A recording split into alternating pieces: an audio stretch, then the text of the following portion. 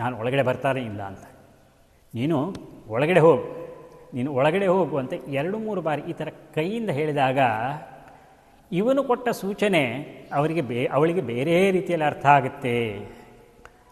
ನೀನು ಅಲ್ಲಿರ್ತಕ್ಕಂಥ ನಿನ್ನ ಗಂಡನನ್ನು ವಧೆ ಮಾಡು, ಆ ನಂತರ ನಮ್ಮ ಕಾರ್ಯಕ್ಕೆ ಸುಗಮವಾಗುತ್ತೆ ಅಂತ ಹೇಳ್ಕೊಂಡು ಅವಳು ಆ ರೀತಿ ತಿರ್ಕೊಳ್ತಾಳೆ. ಒಳಗಡೆ ಹೋಗಿ ಗಂಡನ ಕತ್ತು ಹಿಸುಕಿ ಅವನನ್ನು ಸಾಯಿಸಿಬಿಡ್ತಾಳೆ. ಹೊರಗಡೆ ಬರ್ತಾಳೆ ಮತ್ತು ಇವನಿಗೆ ಹೇಳ್ತಾಳೆ, ನೀನು ಹೇಳಿದಂತೆ ಆ ಕೆಲಸವನ್ನು ಪೂರೈಸಿದೆ, ಅವನನ್ನು ಸಮಾಪ್ತಿ ಮಾಡಿದೆ, ನಮ್ಮ ಕೆಲಸ ಸುಲಭ ಆಗುತ್ತೆ, ಬಾ ಒಳಗಡೆ ಅಂತ ಹೇಳ್ಕೊಂಡು ಮತ್ತೊಮ್ಮೆ ಅವನಿಗೆ ಕರೆಯುವಾಗ ಅವನು ಹೇಳ್ತಾನೆ ಇಲ್ಲ ಅಂತ. ಹಾಗಾದರೆ ಅವಳು ಒಂದು ಹೆಣ್ಣು ಮನಸ್ಸು ಇನ್ನೊಂದು ರೀತಿಯಲ್ಲಿ ಆಲೋಚನೆ ಮಾಡ್ತದೆ. ಇನ್ನು ಯಾವ ರೀತಿ ಹೇಳಿದರೂ ಕೇಳೋದಿಲ್ಲ.